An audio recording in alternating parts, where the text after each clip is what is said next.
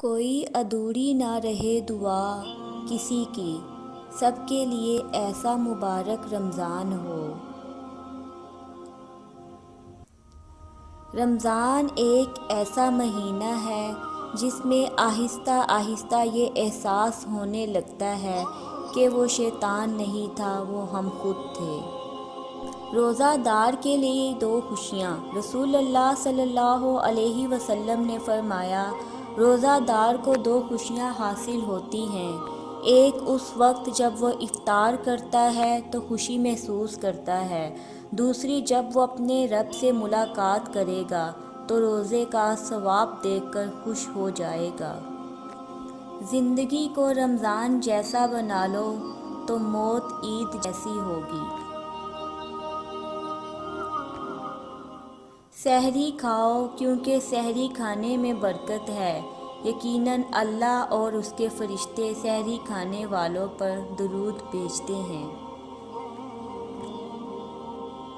یا اللہ، اس مبارک مہینے میں ہم تیری رحمت کے طلبگار ہیں، ہمارے گناہوں کو معاف فرما، ہم کو بخش دے اور سچی توبہ کی توفیق نصیب فرما کہ رمضان المبارک جانے کے بعد بھی ہم گناہوں کی دنیا میں واپس نہ پلٹ جائیں۔ آمین۔ یہ ٹھنڈی ہوا نہیں، استقبال ہے اس مہینے کا، جس کی آمد سے پہلے دوزخ بھی ٹھنڈی ہو جاتی ہے۔ رمضان صبر کا مہینہ ہے اور صبر کا بدلہ جنت ہے۔ سال بھر بھوک چھپاتا رہا لوگوں سے، آج وہ فخر سے بولے گا میرا روزہ ہے۔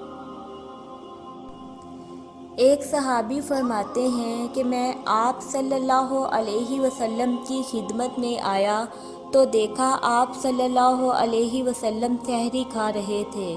مجھے دیکھ کر آپ صلی اللہ علیہ وسلم نے فرمایا، یہ برکت کی چیز ہے، اللہ نے اس سے تم کو نوازا، اس لیے تم اس کو کبھی نہ چھوڑنا۔ رمضان نام نہیں بھوکے رہنے کا، یہ نام ہے خود کو پاک کرنے کا۔